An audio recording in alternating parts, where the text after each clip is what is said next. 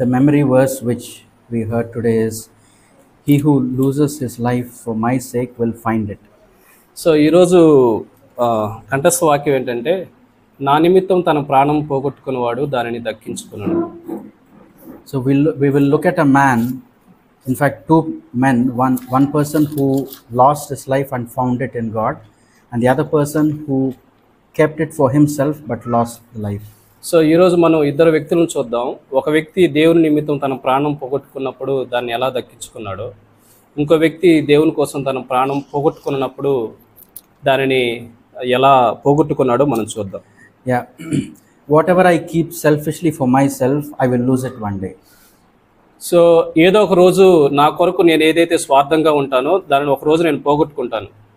Yeah, we look at Genesis chapter 12. So ఆదికాండం 12వ అధ్యాయం. We'll look at Abraham and Lot. So ఇక్కడ మనం అబ్రహామును లోతును మనం చూద్దాం. Genesis chapter 12 verse 1, where here we read that the Lord had given a call to Abraham. He called him out of his native country, the Ur of the Chaldees. So ఇక్కడ మనం అబ్రహామును చూడొచ్చు. 12వ అధ్యాయం 1వ వచనంలో దేవుడు అబ్రహాముని పిలిచిన పిలుపును గురించి ఇక్కడ మనం చూడొచ్చు. కల్దీల దేశం నుంచి బయలుదేరడం గురించి. Yeah, when the Lord called Abraham, he was an idol worshipper. He was not a believer. He was an idol worshipper. So అబ్రహాముని దేవుడు పిలిచినప్పుడు అతడు విగ్రహారాధికుడు. అతడు దేవుని ఎడల విశ్వాసం కలిగినటువంటి వ్యక్తి కాదు. He was not like any of us. So అతను మనలాంటి వాడు కాదు. And verse 7, the Lord appeared to Abram. That time his name was Abram, verse 7, and he told him that, to your offspring I will give this land. So 12వ వచనం యెహోవా 7 verse 7. yes 12వ అధ్యాయం 7వ వచనం, యెహోవా అబ్రహామునకు ప్రత్యక్షమై నీ సంతానమునకు ఈ దేశమును ఇచ్చేదమని చెప్పాను. And what did Abraham do? So తర్వాత అబ్రహాము దానికి ఎలా స్పందించాడు? He built an altar there to the Lord who had appeared to him. So తనకు ప్రత్యక్షమైనటువంటి దేవునికి అబ్రహాము ఒక బలిపీఠాన్ని కట్టాడు. Yeah, that is one thing you read about Abraham throughout. He always had an altar in his life to the Lord. So Abraham యొక్క జీవితాన్ని అంతటిని మనం పరిశీలన చేస్తే ఒక విషయాన్ని మనం గుర్తించవచ్చు. అతను తన జీవితం అంతా బలిపీఠాన్ని కట్టినట్లుగా. Altar meaning I sacrifice myself to the Lord. I surrender myself to the Lord. So బలిపీఠం అంటే అర్థం ఏంటంటే దేవుని కోసం నేను త్యాగం చేయటం, దేవునికి నన్ను నేను ప్రతిష్ఠించుకోవటం. Verse 8. 8వ వచనం. Here also towards the end of verse 8 we read that he built an altar to the Lord and he called on the name of the Lord, which means he started having that fellowship and relationship with the Lord. So 8వ వచనంలో కూడా మనం గాని చూస్తే యెహోవాకు బలిపీఠం కట్టి యెహోవా నామమున ప్రార్థన చేశాను. సో బలిపీఠం కట్టడం అంటే దేవునితో సహవాసాన్ని కలిగి ఉండటం. It's not just about 1 hour or 2 hours of Bible reading and prayer. That is not what it means. So 1 గంట 2 గంటలు బైబిల్ చదవటం అంటే కాదు దాని అర్థం. It is like breathing. It's like always 24/7 the communication lines being open with God. So ఎల్లప్పుడూ 24/7 దేవునితో మనం ఎలా ఊపిరి పీలుస్తామో దేవునితో అలా సహవాసం కలిగి ఉండటం. And then till verse 8 he was good. So 8వ వచనం వరకు అతడు ఎంతో మంచిగా ఉన్నాడు. But then verse 10, there was a famine that has come in that land. So 10వ వచనంలో గాని మనం చూస్తే ఆ దేశంలో ఒక కరువు వచ్చింది. And then Abraham took his own independent decision. He did not seek God. So ఆ సమయంలో కరువు వచ్చినప్పుడు అబ్రహాము తనంతట తానే ఒక నిర్ణయం తీసుకున్నాడు, దేవుని సంప్రదించకుండా. What is that independent decision? I need to go to Egypt because in Canaan there is famine. Let me go to Egypt, a rich country. It's a superpower in those days, so that I can survive. So తనంతట తాను తీసుకున్నటువంటి decision ఏంటంటే అతను కనానును విడిచి ఐగుప్తుకి వెళ్ళటం. ఆ కాలంలో ఐగుప్తి అనేది ఒక గొప్ప దేశంగా ఉన్నది. Very rich country. సో చాలా ధనికమైన దేశంగా ఉన్నది. And you see, when you go away from God, so మనము ఇక్కడ చూడొచ్చు, దేవునికి వేరుగా మనం వెళ్ళిపోయినప్పుడు we have to now start scheming, planning in a cunning way. So మనము మోసకరమైనటువంటి పద్ధతిలో మనం ఆలోచిస్తూ ఉంటాం. That is what we read in verse 11, 12 and 13. So అదే మనం 11, 12, 13 వచనాల్లో మనం చూడగలం. See, as long as Moses was in the will of God, there was no problem. So Abraham. Abraham దేవుని చిత్తంలో ఉన్నంత వరకు ఎలాంటి సమస్య లేదు. But the moment he took a deviation and went to Egypt, so ఎప్పుడైతే అతడు దేవుని చిత్తంలో నుంచి తొలగి ఐగుప్తు వెళ్ళటకు ప్రారంభించాడో, then he started to plan in a cunning way. So అప్పుడు అతను ఒక మోసకరమైనటువంటి పద్ధతిలో ప్రణాళిక చేయటం ప్రారంభించాడు. What is Abraham's plan? So Abraham యొక్క ప్రణాళిక ఏంటి? Now Sarah, you're so beautiful. So Sarah, నువ్వు చాలా అందంగా ఉన్నావు.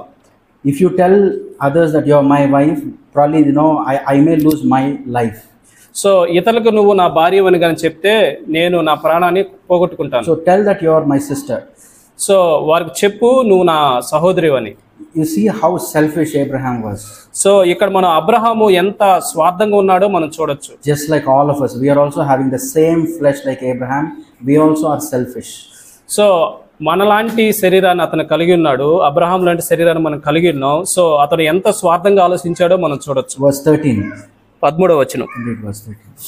నీ వలన నాకు మేలు కలిగినట్లు, నిన్ను బట్టి నేను బ్రతుకున్నట్లు నీవు నా సహోదరువని దయచేసి చెప్పుమనెను. Yeah, he's thinking about only himself. So అతను తన గురించి మాత్రమే ఆలోచిస్తూ ఉన్నాడు. How can I keep my life? I don't want to lose my life. How can I keep my life? So నా జీవితాన్ని నేను పోగొట్టుకోకుండా నా జీవితాన్ని ఎలా దక్కించుకోవచ్చో మాత్రమే ఆలోచిస్తూ ఉన్నాడు. And they go to Egypt to Pharaoh.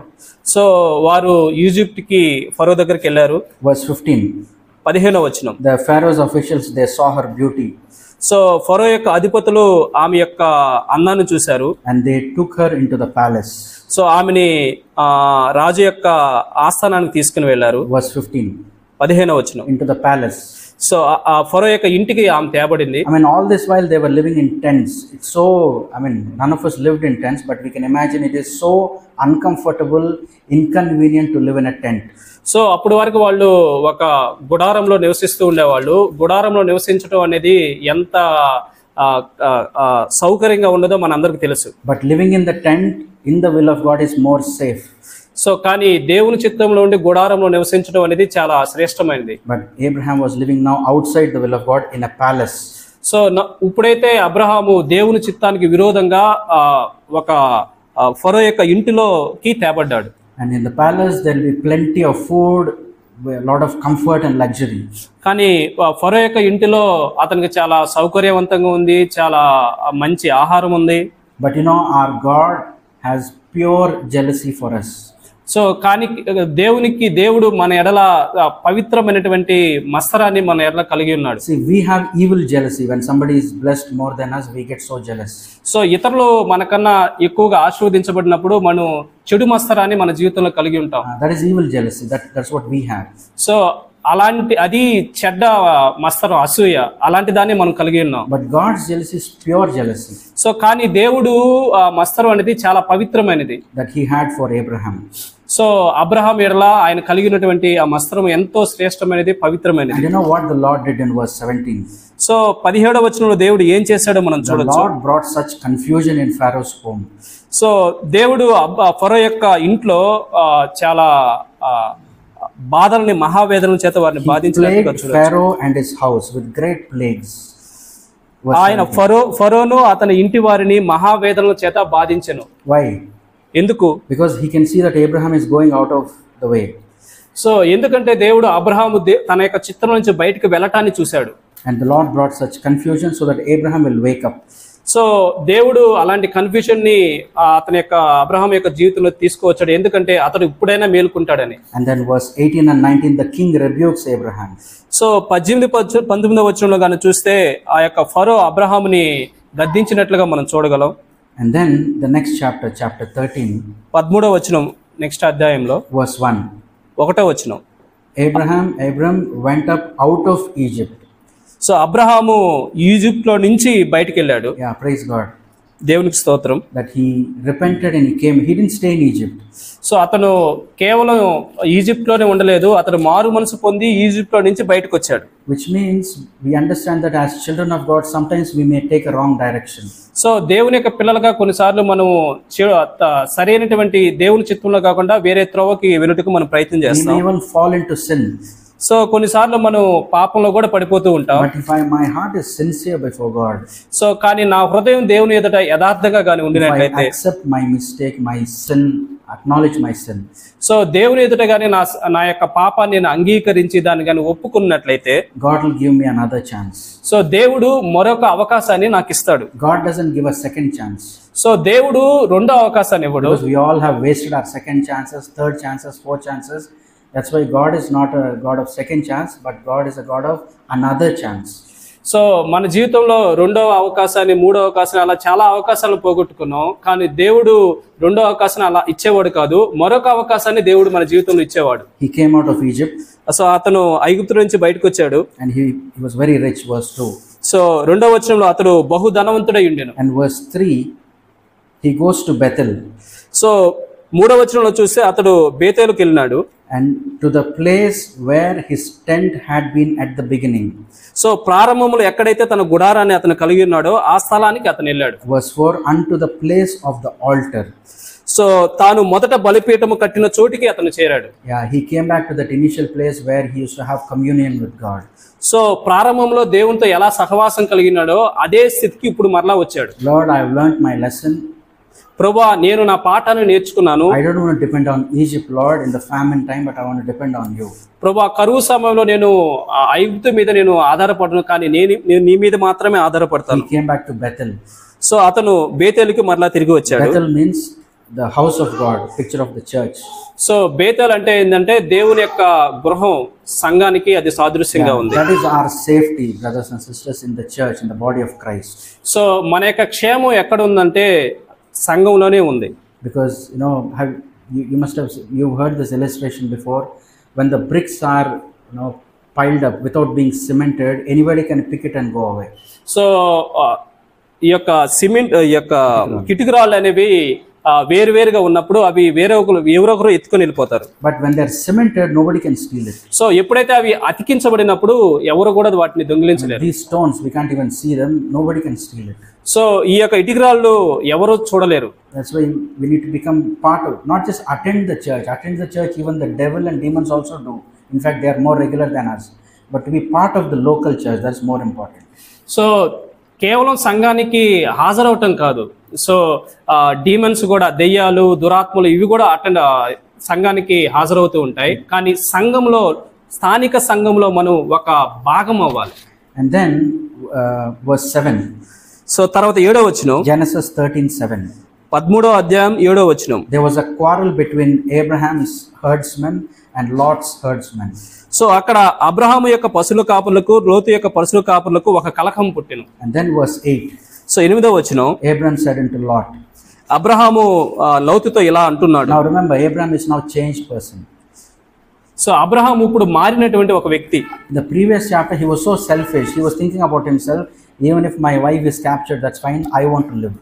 So 12వ అధ్యాయంలో అబ్రహాము చాలా స్వార్థంగా ఉన్నాడు. నా భార్యను నేను కోల్పోయినా సరే, నేను నా ప్రాణాన్ని మాత్రం దక్కించుకోవాలి అన్న స్థితిలో ఉన్నాడు. But here verse 8, he's not thinking about himself. He's thinking about Lot and his good will.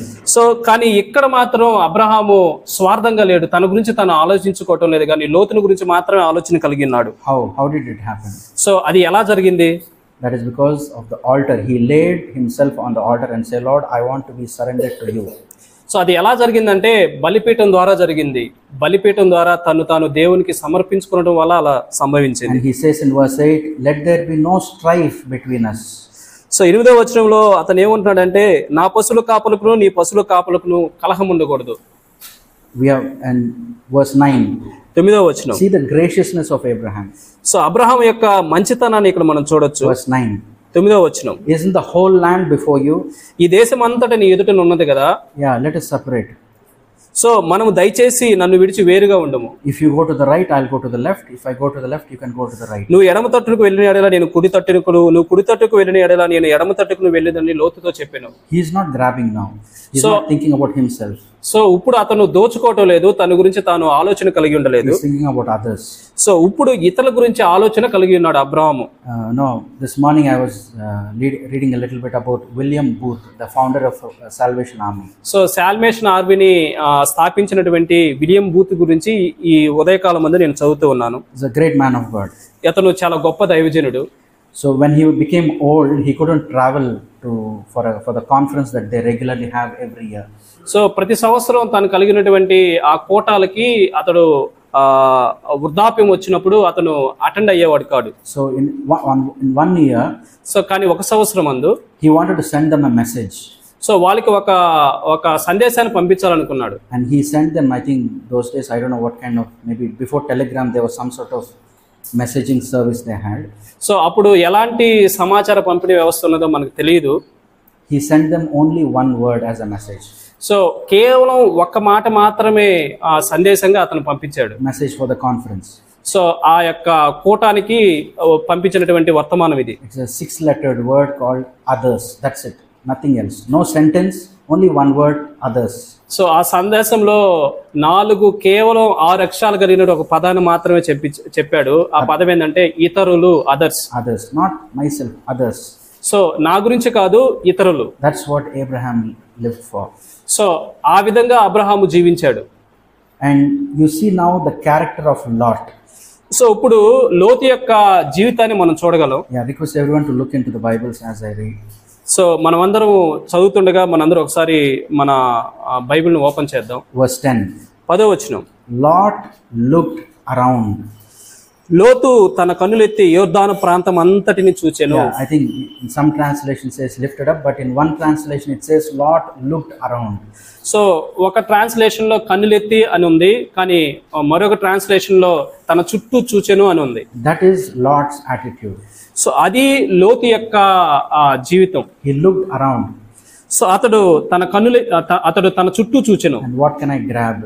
So తన చుట్టూ చూసి నేను ఏదైతే ఏం పొందుకోగలను అని చూశాడు. And when he looked around, what did he see? So అతడు తన చుట్టూ చూసినప్పుడు అతడు ఏం చూశాడు? A plain of Jordan. So అతడు ఏం చూశాడంటే You can read verse. యోర్దాను ప్రాంతం అంతటిని చూశాడు. It was like a well-watered garden.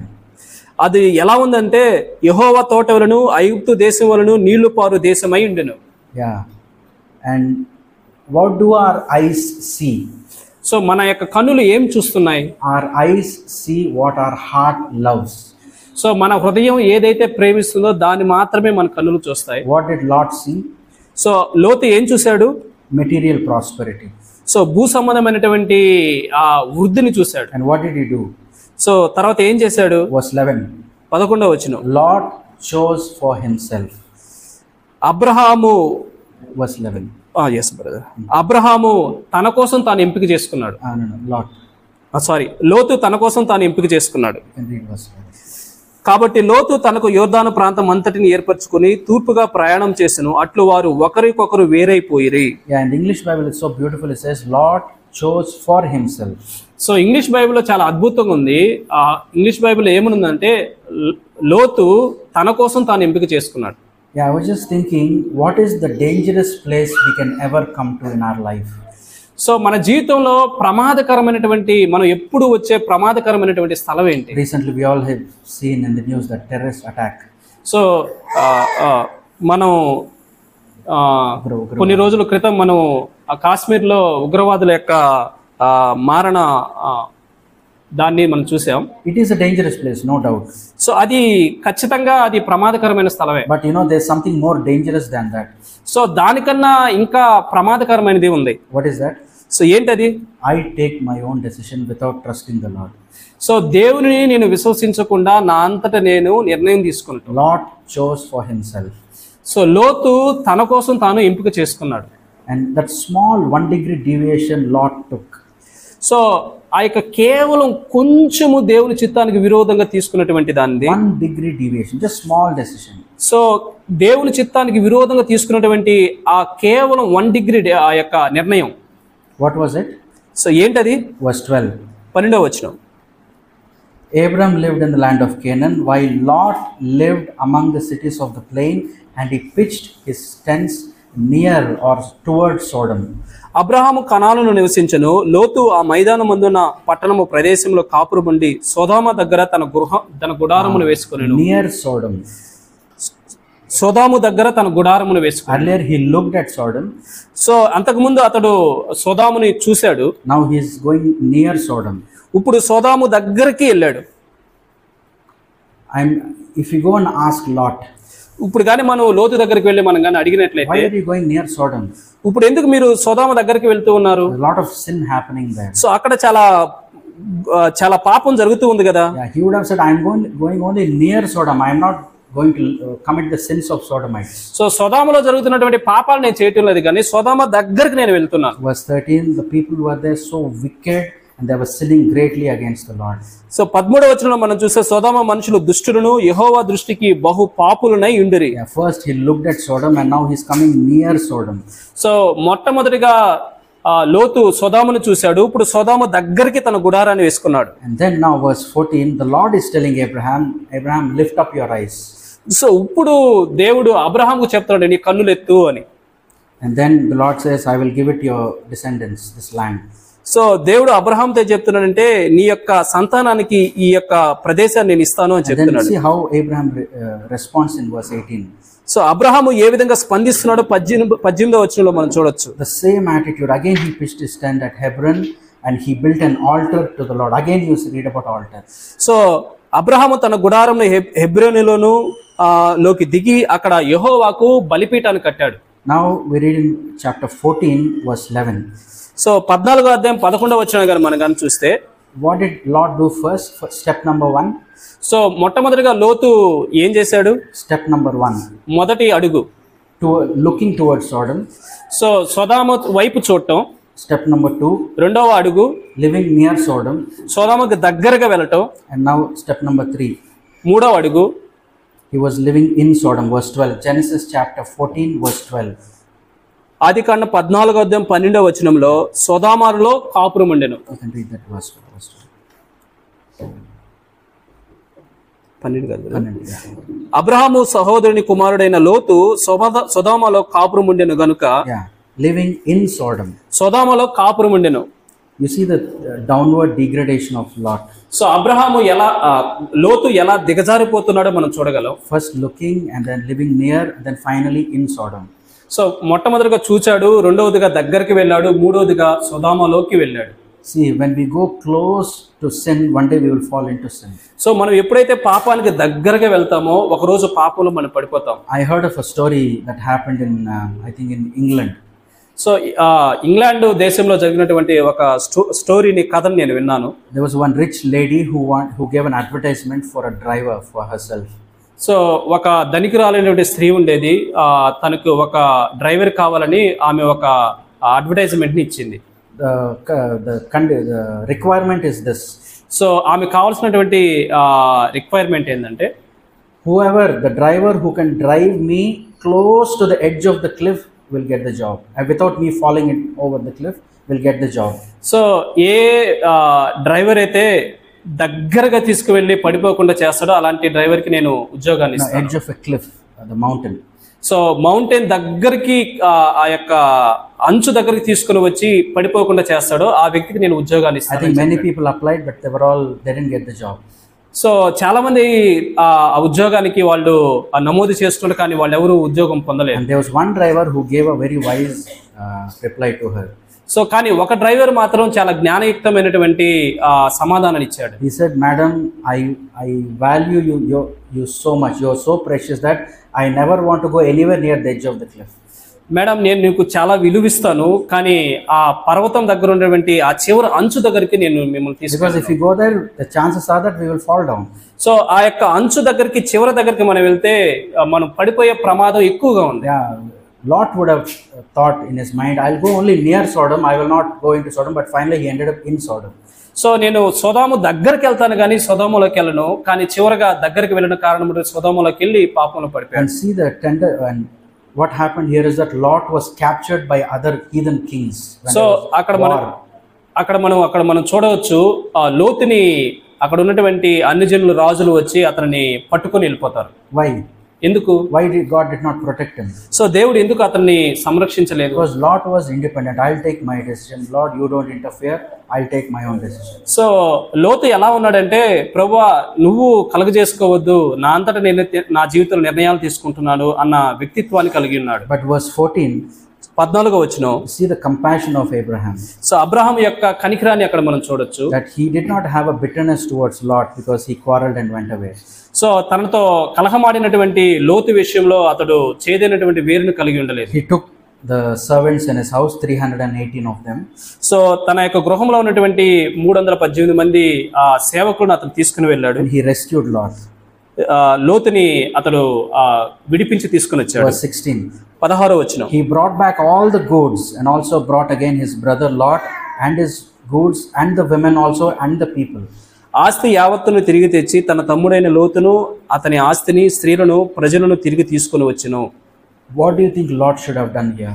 So లోతు ఇక్కడ ఏమి చేసి ఉండాలి? He should have fallen on his face, repented before God and said, apologized to Abraham and started fellowship with Abraham. So అతడు దేవుని ఎదుట తన ముఖమును ఆ నేల మీద ఉంచుకొని సాష్టాంగపడి అతడు మారు మనసు పొంది ఉండాలి. అబ్రహాం దగ్గరికి వెళ్ళి క్షమాపణ అడిగి అతనితో సహవాసం కలిగి ఉండాలి. And he didn't even have a grateful heart. He didn't even say thank you to Abraham. So అబ్రహాంకి ఆ లోతు అక్కడ కృతజ్ఞత చెప్పినట్లుగా కృతజ్ఞత హృదయాన్ని కలిగి ఉన్నట్లుగా మనం చూడలేము. He continued to live in Sodom. అసలు కేవలం సొదొమలోనే నివసించుటకు ఇష్టపడ్డాడు. Before we point fingers at Lot, let us look at ourselves. So ఇప్పుడు లోతు వైపు మన చేతులు చూపించే దానికన్నా ఒకసారి మన జీవితాన్ని మనం పరిశీలించుకుందాం. The Lord does something to wake us up. So దేవుడు మనల్ని మేల్కొల్పునట్లుగా పనిచేస్తాడు. Lot was captured by the enemies to wake him up. So లోతుని శత్రువులు తీసుకొని పోయినట్లుగా చేశాడు. తద్వారా లోతు మేల్కొల్పాలని దేవుడు చూశాడు. But he did not wake up. So కానీ లోతు మేల్కొనలేదు. He continued to live in Sodom. So సొదొమలోనే నివసించుటకు అతడు సిద్ధపడ్డాడు. Now we'll continue in Genesis 16. 16వ అధ్యాయం మనం గాని చూస్తే Genesis 16. ఆదికాండం 16వ అధ్యాయం. Here we read about how verses 1 and 2 that Sarah becomes impatient. The Lord promised he would give a son and he will bless us, but where is it? I am still old, there's no son. So ఇక్కడ శారా యొక్క సహనం లేకపోవటాన్ని మనం ఇక్కడ చూడొచ్చు. దేవుడైతే నాకు వాగ్దానం చేశాడు కానీ నాకు ఎక్కడ పిల్లలు ఉన్నారు అని చెప్పేసి మొదటి 2 వచనాలు. అబ్రాము భార్య అయిన శారాయి అతనికి పిల్లలు కనలేదు. ఆమె హాగరు అనే ఐగుప్తురాలైన దాసీయుండెను. కాగా శారాయి, ఇదిగో నేను పిల్లలు కనకుండా యెహోవా చేసి ఉన్నాడు, నీవు దయచేసి నా దాసితో పొమ్ము, ఒకవేళ ఆమె వలన నాకు సంతానం కలగవచ్చునని అబ్రహాముతో చెప్పెను. అబ్రహాము శారాయి మాట వినెను. Abraham listened to his wife. So Abraham తన యొక్క భార్య మాట విన్నాడు. Whose decision was it that Abraham should marry Hagar and produce a child? So ఆగరుతో వివాహం చేసుకొని పిల్లలు కనాలనేది ఎవరి నిర్ణయం? It was Sarah's decision, 100%. So ఇది కేవలం శారా యొక్క నిర్ణయం మాత్రమే. But Abraham foolishly he gave up the headship at home and he obeyed his wife. So అబ్రహాము బుద్ధిహీనంగా తన గృహంలో ఉండవలసినటువంటి యజమాన తత్వాన్ని వదులుకొని తన భార్య అయినటువంటి శారా మాట విన్నాడు. He wanted to please his wife but offend and hurt God. So తన యొక్క భార్యని సంతోషపెట్టి దేవుని అతడు అభ్యంతరపరిచాడు. దేవుని అతను బాధ పెట్టాడు. And Hagar got pregnant, verse 4, and she started despising Sarah. So ఆగరు గర్భం ధరించి తన శారాయిని ఆమె చిన్న చూపు చూసింది. And then verse 5, see how Adamic nature that Sarah is displaying here in verse 5. So ఇక్కడ శారా ఆదాము యొక్క స్వభావాన్ని ఎలా చూపిస్తుందో మనం ఇక్కడ చూడగలం. Sarah said to Abram, Sarah అబ్రహాముతో ఇలా చెప్పింది, you are responsible for the wrong I am suffering. So నీవు చేసినటువంటి తప్పుకి నేను బాధపడుతున్నాను. You are responsible for the wrong I am suffering. So నేను చేసినటువంటి తప్పుకి బాధ్యత నీదే. You see, she is not saying I am responsible, I was foolish. She is not saying that. So ఆమె నేను బుద్ధిహీనంగా ఉన్నాను, నేను బాధ్యత తీసుకుంటానని ఆమె చెప్పలేదు. She is not saying I was wrong. So ఆమె నేను తప్పు చేశానని ఒప్పుకోవటం లేదు. You are responsible. నీవు బాధ్యత వహించాలి for the wrong that I suffered. So నేను చేసినటువంటి తప్పుకి నీవు బాధ్యత వహించాలి. That is Adamic nature. So అదే ఆదాము యొక్క స్వభావం. When God asked Adam, did you eat? He said, the wife that you gave me, Lord. So ఆదాము, నువ్వు ఆ ఫలాన్ని నువ్వు తిన్నావు అంటే ఆదాము ఏం చెప్పాడంటే, నీవు ఇచ్చిన భార్య నాకు ఇచ్చట వల్ల నేను తిన్నాను అని చెప్పాడు.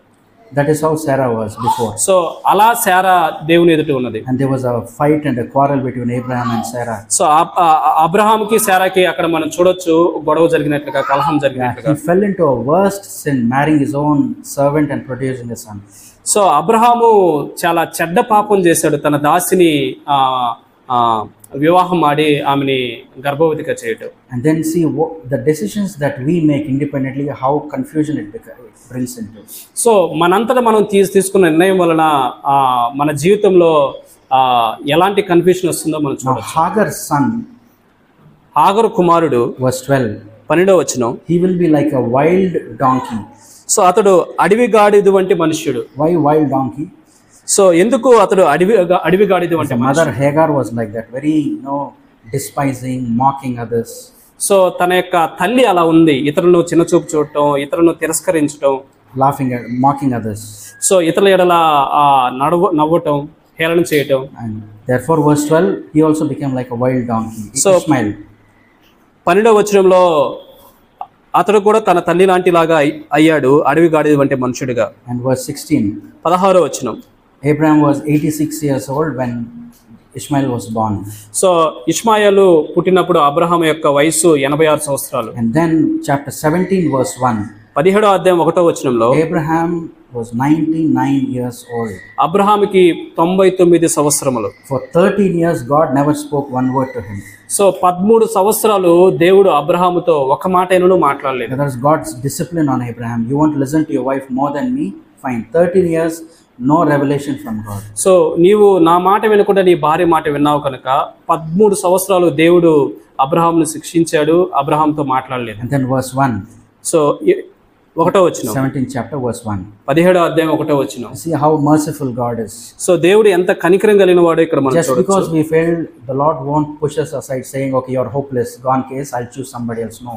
He still never gives up on us. So మనం తప్పు చేసినప్పుడు దేవుడు నువ్వు అవసరం లేదు, నేను మరొకరిని ఎంపిక చేసుకుంటానని ఎప్పుడు దేవుడు అండు. సో దేవుడు మన ఎలా కనికరం కలిగి మన ఎలా నడుచుకుంటాడు. He appeared to Abraham. So దేవుడు అబ్రహాంకి ప్రత్యక్షమయ్యి, He says, I am God Almighty, walk before me faithfully and be blameless. So నేను సర్వశక్తి గల దేవుడును, నా సన్నిధిలో నడుచుచు నిందారహితుడివై ఉండుము. Not only that, verse 2, I will make my covenant between me and you. So 2వ వచనంలో నీకును మధ్య నా నిబంధనను నియమిస్తాను. I still haven't forgotten it. So నేను దానిని ఇంకా మర్చిపోలేదు. And see how Abraham responded. So Abraham ఎలా స్పందించాడో మనం చూడగలం. Verse 3, he fell on his face. Abraham సాగిలపడి. In the English Bible it says he fell on his face. So ఆ ఇంగ్లీష్ బైబిల్లో ఎలా ఉందంటే తన యొక్క ముఖాన్ని నేల మీద ఉంచినట్లుగా మనం చూడొచ్చు. I'm sure Abraham would have wept like anything. So Abraham ఖచ్చితంగా, నేను అనుకుంటాను అబ్రహాము ఖచ్చితంగా అక్కడ చాలా ఎక్కువగా ఏడ్చినట్లుగా నేను అనుకుంటాను. He would have said, Lord, I failed as a husband in my home. ప్రభువా, నేను నా యొక్క గృహంలో ఒక భర్తగా నేను ఎంతో ఓడిపోయాను. I became hopeless. ప్రభువా, నాకు నిరీక్షణ లేని వాడిగా నేను అయిపోయాను. I have sinned in the worst possible way. ప్రభువా, నేను ఎంతో భయంకరంగా పాపం చేశాను. But God, when he spoke to him, he fell on his face. And then it says, God talked with him. So దేవుడు అలా మాట్లాడినప్పుడు అబ్రహాము సాగిలపడి దేవుడు అతనితో మాట్లాడిను. Lot never fell on his face all his life. So లోతు తన యొక్క జీవితం అంతటిలో దేవునికి సాగిలపడలేదు. And then the Lord encourages him, verse 4. So 17వ అధ్యాయం 4వ వచనంలో దేవుడు అబ్రహాముని ప్రోత్సహించినట్లుగా మనం చూడొచ్చు. As for me, behold, my covenant is with you, and you shall be a father of many nations. ఇదిగో నేను నియమించిన నా నిబంధన నీతో చేసి ఉన్నాను, నీవు అనేక జనములకు తండ్రివగుదువు. Verse 5, you will no longer be called Abram, but your name will be Abraham. So నువ్వు ఇక మీదట నీ పేరు అబ్రాము అని అనబడదు, నీ పేరు అబ్రహాము అని అనబడదు. Abram means exalted father. So అబ్రాము అని అంటే హెచ్చించబడినటువంటి తండ్రి. Abraham means father of many nations. The word exalted is removed from his name. So Abraham అని అంటే అనేక జనములకు తండ్రి. అబ్రాహాము హెచ్చించబడినటువంటి ఆ జీవితాన్ని దేవుడు అతని నుంచి తీసేశాడు. And the Lord promises, I will make you exceedingly fruitful. So నేను ఎంతో గొప్పగా నిన్ను దీవిస్తానని దేవుడు వాగ్దానం చేశాడు. And verse 7, I will establish my covenant between me and you. So నీకును మధ్య నా నిత్య నిబంధనను నేను స్థిరపరచదును అని దేవుడు చెప్పాడు. See, Abraham and Lot. So Abraham, లోతు. Who do you think fell into the most worst sin? So ఎవరు అతి భయంకరమైనటువంటి ఘోరమైన పాపాల్లో పడిపోయి ఉన్నారు మీరు అనుకుంటున్నారు? Lot never married another woman other than his wife, a second wife. he never had it. So లోతు తన జీవితంలో మరొక స్త్రీని అతడు వివాహం ఆడలేదు అబ్రహాం చేసినట్లుగా. Lot never forced his wife, tell a lie to others that you are my sister. He never told it. లోతు తన భార్యతో అబ్రహాం చెప్పినట్లుగా నువ్వు నా సహోదరుడు అని చెప్పమని లోతు ఎప్పుడు చెప్పలేదు. Actually, Abraham fell into more worse sin than Lot. So అబ్రహామే లోతు కన్నా ఎక్కువగా పాపం చేశాడు. But difference was Abraham repented. So ఇద్దరి మధ్య ఉన్నటువంటి వ్యత్యాసం ఏంటంటే అబ్రహాము మారు మనసు పొందాడు, లోతు మారు మనసు పొందాడు. Both of them took a wrong deviation. They went in a wrong direction. Abraham went into Egypt, Lot went into Sodom. So ఇద్దరు కూడా తమ జీవితంలో సరైనటువంటి నిర్ణయం చేయలేదు. అబ్రహాం వచ్చేవంటే ఐగుప్తుకి వెళ్ళాడు, లోతు వచ్చేవంటే సొదొమాకి వెళ్ళాడు. In both the lives, Abraham and Lot, the Lord brought some confusion to wake them up. Abraham realized it, Lot did not realize it. So ఇద్దరి జీవితంలో దేవుడు కన్ఫ్యూజన్ తీసుకువచ్చాడు, కానీ లోతు దానిని గ్రహించలేకపోయాడు, అబ్రహాం దానిని గ్రహించాడు. See, many times we may think it's a small thing. Why should I be bothered? A small decision, a small deviation. It's not a big thing. We think like that. So కొన్నిసార్లు మనం అనుకుంటూ ఉంటాం, చిన్న నిర్ణయమే కదా, దాని గురించి మనం ఎందుకు అంత ఆలోచించాలి, అంతగా దాని గురించి ఆలోచన కలిగి ఉండాలి అనుకుంటాం. In geometry, we know this. So జామెట్రీలో ఇది మనం తెలుసుకోవచ్చు. Small 1 degree deviation. సో కేవలం కొంచెము పక్కకి వెళ్ళటం, 1 degree. Only 1 degree. Right now it is 1 degree. So ఇప్పుడు అది 1 degree. But after many kilometers or miles, it will be way off the tangent. So కానీ చాలా దూరం ప్రయాణం చేసిన తర్వాత అది చాలా దూరంగా మనం వెళ్ళిపోయి ఉంటాం. When you're driving on a highway, you're focused on the road. If you take a slight deviation, you'll be way off in the fields. So కానీ మనం ప్రయాణం చేసేటప్పుడు మన యొక్క ఫోకస్ అనేది మార్గం మధ్య ఉంటుంది. కానీ ఎప్పుడైతే మన ఫోకస్ మనం కానీ తప్పిపోయామంటే మనం పొలాల్లోకి వెళ్ళిపోతాం. I don't think any of us will say while driving on the road, it's okay, 1 deviation, let me take.